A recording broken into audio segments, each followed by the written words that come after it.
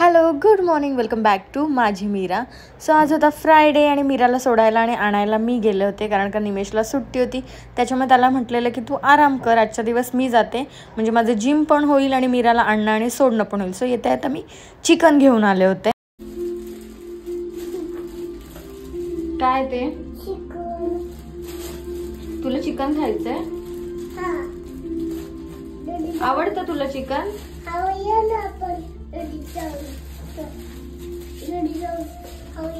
हो okay. Hello good morning, welcome back to माझी मीरा. माझी मम्मा मीरा काय करते? मम्माला हेल्प करते तू किचन मध्ये, उद्योग करते उद्योग. Sit down. मीरा बसली आहे किचन वर, कारण माझा चाललाय स्वयंपाक. परत एकदा बनवते बिर्याणी. हो आज मी परत एकदा करते बिर्याणी, कारण का मीराला पण चिकन आवडतं. आणि ऍक्च्युअली मी बिर्याणी करते माझ्या फ्रेंड साठी, जी आता प्रेग्नेंट आहे आणि जस्ट अशी थोड्याच दिवसात तिची डिलिव्हरी आली. त्याच्यामुळे तिला विचारलं होतं की काय खायचंय, आणि मग सगळ्यांनी म्हटले की श्रुतिकाची बिर्याणी चांगली असते. असं फक्त त्यांनी हे केलंय, पण खाल्ली नाहीये, एकीनेच खाल्ली होती. त्याच्यामुळे मग मी ठरवलं की ठीक आहे बिर्याणीच करते, आणि तिला पण चिकन आवडतं. सो आता बिर्याणीसाठी बॉईल होतोय आणि इथे कांदाचं चाललंय, इथे चिकन मॅरिनेट झालंय आणि इथे कांदा तळून झाला. थोडीशी वेगळी ट्राय करणार आहे, क्विकवाली नाहीये, एकदम आरामात चाललंय माझं, कारण का दरवेळेस घाईघाईत होतं आणि काही चांगली होते पण मग ती जशी मला हवी असते ना तशी नाही होत. सो आज मी ट्राय करते की प्रॉपर करेन. सो म्हणून सगळं असं वेगळं वेगळं आणि लेअरवाली बिर्याणी करणार आहे. युजली मी आणि निमेश असतो खायला, त्याच्यामुळे मग मी लेअरवाली बिर्याणी प्रिफर नाही करत. मी फक्त खाली बिर्याणीचा बेस, म्हणजे त्या मसाल्याचा बेस, आणि मग वरतून हे राईस, एवढाच फक्त सिंगल लेअर देते. पण मग आता ठरवलं की चिकन पण थोडं जास्त आहे क्वांटिटी, त्याच्यामुळे मग मस्त 2-3 लेअर करेन. बघू आता किती लेअर्स होत आहेत त्याच्यावर. सो असं सगळं चाललंय, म्हणून मी आतापासूनच तयारी करायला घेतली की उरकेल वेळेत.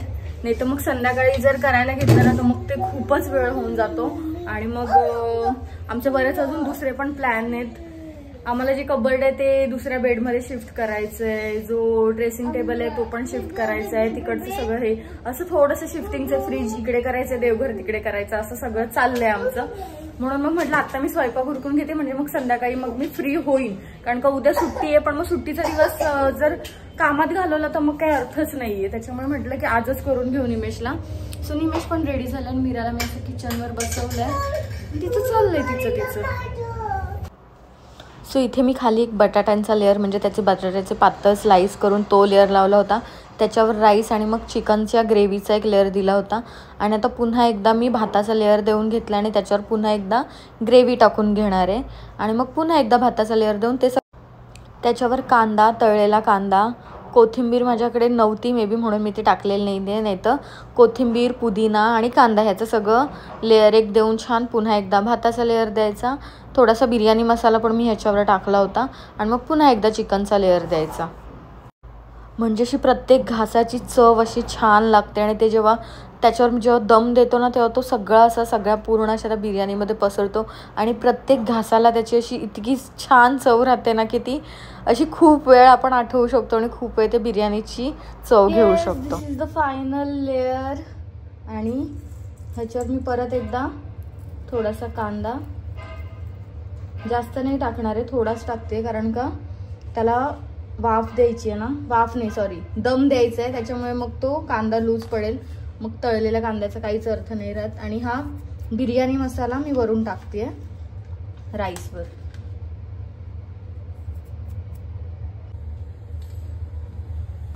सो इथे मी कोळसा असा गॅसवर छान असा गरम व्हायला ठेवला, म्हणजे तो असा थोडासा ऑरेंज झाला ना की मग तो वाटीमध्ये काढून त्याला छान असा दम द्यायचा आहे. सो आता इथे वाटी मी प्लेस करून ठेवली आणि त्याच्यामध्ये मी कोळसा ठेवून घेणार आहे.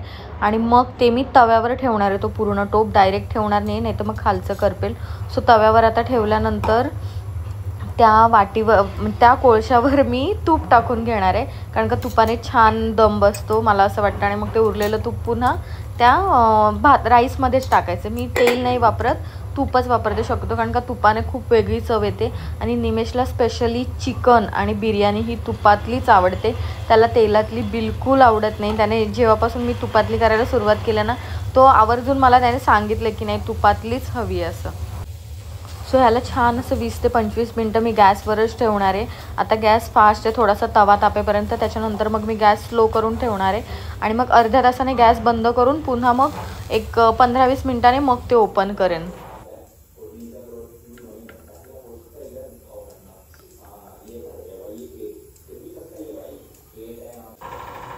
सो आता इथे मी 2 डबे भरायला घेते दोघी मैत्रिणींसाठी. आणि बिर्याणी मी फार अशी तिखट, तेलकट किंवा खूप अशी गरम मसाले टाकून केली नव्हती. जो बिर्याणी मसाला पण मी यूज केला होता तो मी स्वतः घरी यूज केला होता आणि त्याच्यात धना पावडरचा यूज जास्त होता. बाकी गरम मसाले खूप प्रमाणात नव्हते, त्याच्यामुळे ती खाल्ल्यानंतर ॲसिडिटी होणार नाही किंवा काही होणार नाही याची मी काळजी घेतली होती की खूप मसाले नको, कारण का ती प्रेग्नेंट आहे. ऑलरेडी तिला त्रास होत होता थोडासा आणि त्यात मग हे असं मसालेदार खाऊन तिला आणखी त्रास नको व्हायला, म्हणून मी खूप अशी कमी तिखट आणि कमी तेलकट अशी बिर्याणी केली होती खास. सो जसं मी तुम्हाला आधी सांगितलं की आमचं हे ऑलरेडी प्लॅनिंगमध्ये होतं की कपाट आणि बेड शिफ्ट करायचं. शिफ्ट इन द सेन्स कपाट शिफ्ट करायचं होतं आणि बेडची जागा चेंज करायची होती. सो त्यासाठी मी बिर्याणी ऑलरेडी करून घेतली होती, कारण का निमेशने मला सांगितलं संध्याकाळी आपण करूयात. आणि मग मी विचार केला की संध्याकाळी परत स्वयंपाकाला वेळ नाही मिळणार, पूर्ण वेळ कपाटच लावता येईल, म्हणून मग मी स्वयंपाक आधी करून घेतला आणि त्याच्यानंतर मग ह्या कामाकडे वळाले. आणि हे काम करताना मला म्हणजे इतक्या गोष्टी सापडल्या ना की अच्छा हे इथे ठेवलं होतं, ते तिथे ठेवलं होतं. पुन्हा मी ह्या गोष्टी सगळ्यांना व्यवस्थित बेडवर काढून ठेवल्या की मला जशाच्या तसा परत लावता येतील. मला प्रत्येक कपड्याची घडी परत विस्कडून परत ती घडी करून परत ते लावा असं मला बिलकुल करायची नव्हती एवढी मेहनत. त्याच्यामुळे माझं कपाट आणि ते ना हार्डली आमचं 2 तासात सगळं लावून झालं होतं. मी निमेशला माझं सामान काढून दिलं, निमेशने त्याचं सामान काढलं आणि सामान काढल्यानंतर ते व्यवस्थित ठेवल्यामुळे निमेश जसं जसं असेंबल करत होता तसं तसं मी माझं कपाट लावून घेत होते.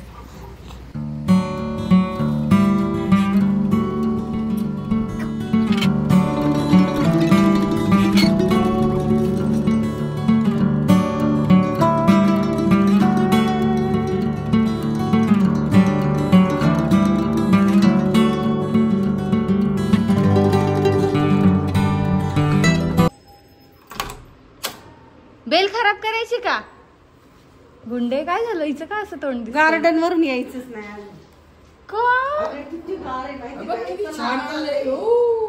ते बघ हे मोमो, हे बघ मी सांगतोय काय आणलं डॅडू, मी तू ऐकत नाही.